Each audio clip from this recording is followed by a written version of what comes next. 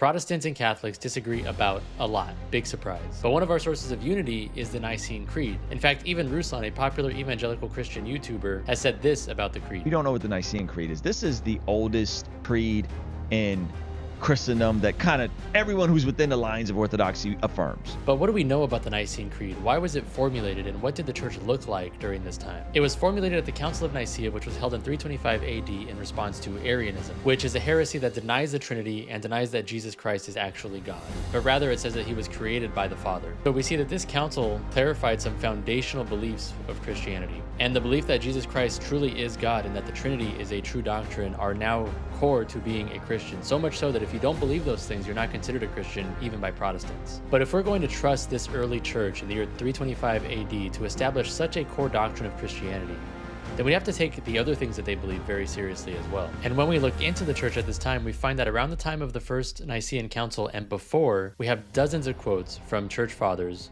attesting to the real presence in the Eucharist, purgatory, confession to a priest, baptism as necessary for salvation, infant baptism, the papacy, and I can really go on and on. So my question to Protestants would be, why do you trust the early church in 325 AD to establish such a core doctrine of Christianity, and you trust it so much that you say that people who don't believe in that are no longer Christians, yet you reject what that same church said about all of these other aspects of the faith? Let me know your answer in the comments.